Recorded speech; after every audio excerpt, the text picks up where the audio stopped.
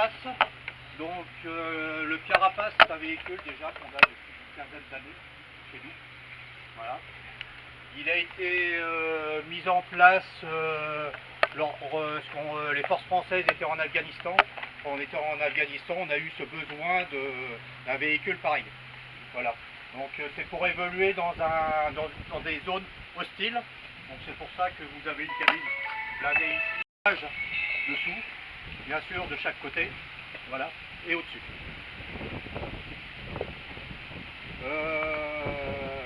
C'est notre premier système d'armes en véhicule pétrolier. Voilà. Le premier et le seul pour l'instant. Pour les équipements, on a quand même pas mal d'équipements qui se mettent en plus. Dessus, vous voyez, il y a une tourelle téléopérée. Voilà. Donc le chef de bord qui est à côté, il a une commande et il dirige la tourelle. Là, je forme et Philippe, ça tienne, ça vous.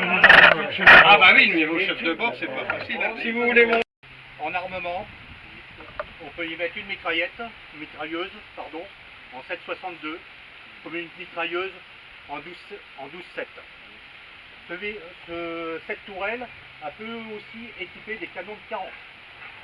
Voilà. Nous on reste sur de la partie mitrailleuse. Voilà. En plus de cette tourelle, ce véhicule peut recevoir aussi tout un système qu'on a appelé le SCABA. C'est tout un système de grilles qui se mettent à 50 cm des parois. Ces grilles, qu'est-ce que ça sert? Ça sert au premier impact d'une roquette à exploser dessus, sur la première grille. La roquette, quand elle va taper sur la partie grille du SCABA, elle va exploser tout de suite, au premier impact. Donc derrière, il n'y aura pas d'impact et nos chauffeurs, nos utilisateurs, on va dire, seront sauvés. Voilà pourquoi le SCABA. Donc tout de suite, dès qu'on va mettre ce système de SCABA, ce système de grille, tout de suite on va avoir 1 mètre en largeur de plus. Voilà. Et 60 cm à l'avant en supplément. Bien sur des fenêtres blindées et on met aussi des grilles par pierre. Il y a un système de brouilleur, toutes les ondes à passer. Voilà. Donc la partie ennemie, si elle veut enclencher ce système d'explosif, l'explosif n'explosera pas avec ce système de brouillage. Voilà. Alors ça c'est pareil, on ne l'a pas encore réellement mis en place, il n'est pas encore exploité, mais c'est toujours dessus.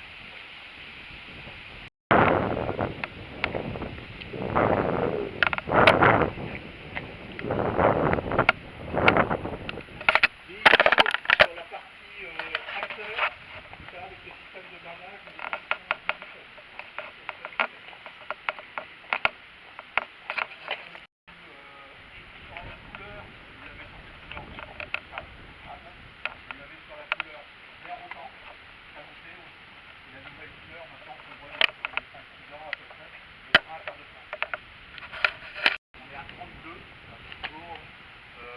exploitable. Voilà. En point de vue monte de pneumatique, on est sur de la petite monte pneumatique comme celui-là. Et donc comme on était au Mali, on a eu ce besoin en transport, ce véhicule a été au Mali, on a mis des grandes montes pour évoluer dans toute la partie désert. Voilà. Et avec la petite monte, ça passait pas dans le désert, avec la grande monte, ça passait dans le désert. Donc ça, on va dire, à ce jour, ça a été l'industriel qui a monté sa grande montre, qui nous a remis la petite montre, ce savoir-faire que l'industriel a, on va le récupérer pour que ce soit nous qui sommes autonomes pour faire le montage des grandes montres. Un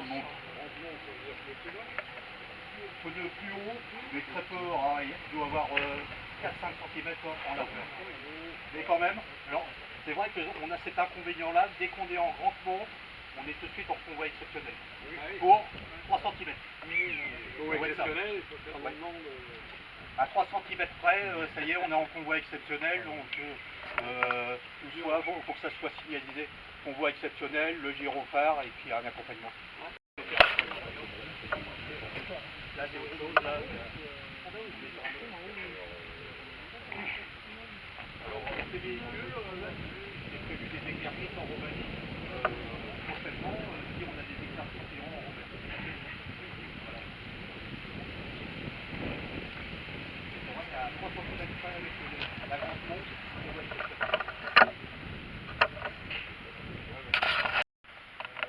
Après, on en a envoyé principalement Jean Marquet. Et de l'autre côté, les navets étaient déjà testés pour aller dans la casserole.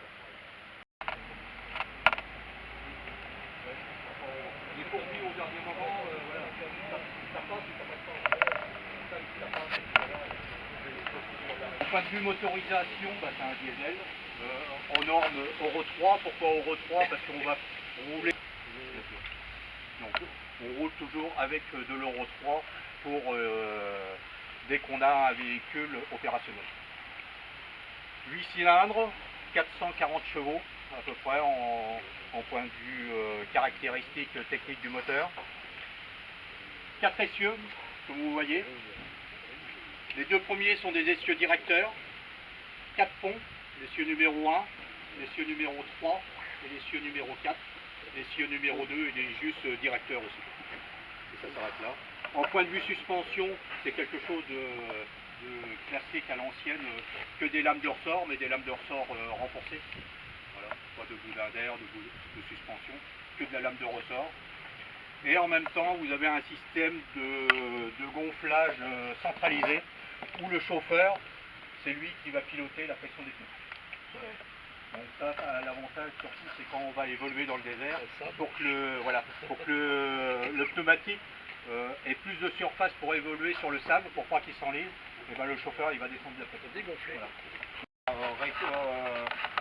Gonfler la roue, voilà, afin d'aller à un point dans une zone non hostile pour changer le pneu. Voilà. Mais après, il faut que ça soit une fuite une petite fuite. Dès que le pneu il a explosé, bon voilà, il n'y a plus rien. Voilà. Avec cette citerne, on peut transporter du gasoil, du carburateur et aussi de l'essence. Il est équipé d'un système de COV monocompartiment. On ne peut pas les mélanger. Si on les mélange, c'est trop tard.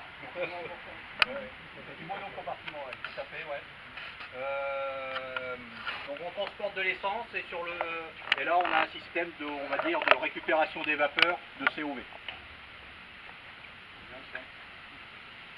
C'est un des seuls véhicules pratiquement où on peut transporter de l'essence en sein du service.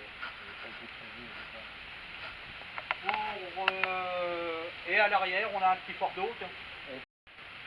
L'autonomie, les réservoirs et ça consomme combien de litres? Ouais, bon, on est sur du 55 litres, 60 litres.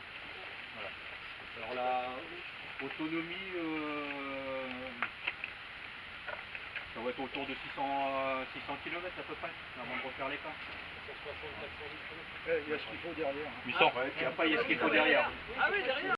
Mais on peut le faire et il y a une volonté qu'on le fasse. Je comprends ça, mais ça ne sera jamais ça ne sera jamais un avitailleur. Ça ne sera jamais un avitailleur. Mais c'est très très cher. Voilà. C'est pas de la série, grande série. Et en plus, c'est pas de la grande série. Donc en nombre de ce véhicule, 32 à ce jour, il y en a eu 34 de créés. Ah ouais. Allez, faut en profiter. Donc quand ils sont là au volant, ils seront avec leur gilet pare-balles, le casque, et on les... le chef il a fait ergonomie, c'est ça. Donc on descend, versant bien, ça vous pouvez être à 1 kg.